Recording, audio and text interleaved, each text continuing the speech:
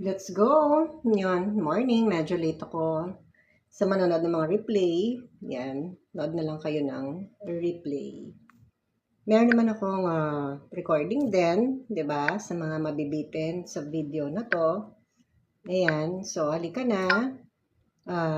Thank you sa mga nag-invite sa akin ngayon, yung mga bagong group chats.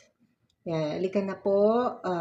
May istorya tayo ng kasawian ngayong 7 a.m. 200 pesos para sa mga mag-share ng kanilang kasawian story.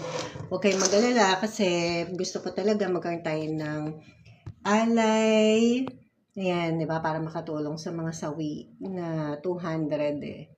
Yung fund, yung tinatawag kong pang-inspire sa ating lahat, 'di ba? Para hindi tayo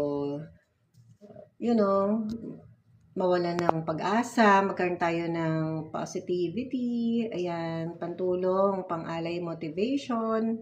Ang tawag ko dyan, alay motivation fund. So, ako muna yung magbibigay ng fund, konti-konti. So, ako muna din ang mag-share ng story, ng kasawian, habang iisip pa yung mga nanonood nito. Diba? Tingnan natin kung ma-share natin yung broadcast. At kanino ba natin ma-share?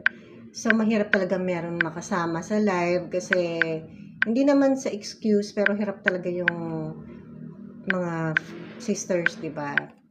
Tsaka yung mga ibang dahilan na, for example, yun nga, sira yung cellphone, hindi makapag-live, okay lang yun. Sabi ko nga, andito naman tayo. Yun ang pinaka-importante doon. Nandyan ka, yung mga mulat sa katotohanan, di ba? Yung mga groups nyo, nandyan naman, i-share nyo yung mga post natin sa mga groups, di ba? Yung mga mapili ko na favorite talaga. Hindi lang shout out. Siyempre, yung mga iniipon ko din, personal, yan, i-share ko din yan. So, 200 pesos, makakatulong na yan sa buhay natin. Anyway, good morning. Yan, bagong buhay, bagong pag-asa. 'Di ba? Yung puso mo, buhay pa ba? 'Di ba? Nagising ka ngayon?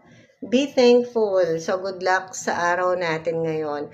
Gusto mong mag-share ng story mo, yung kasawian na tinatawag.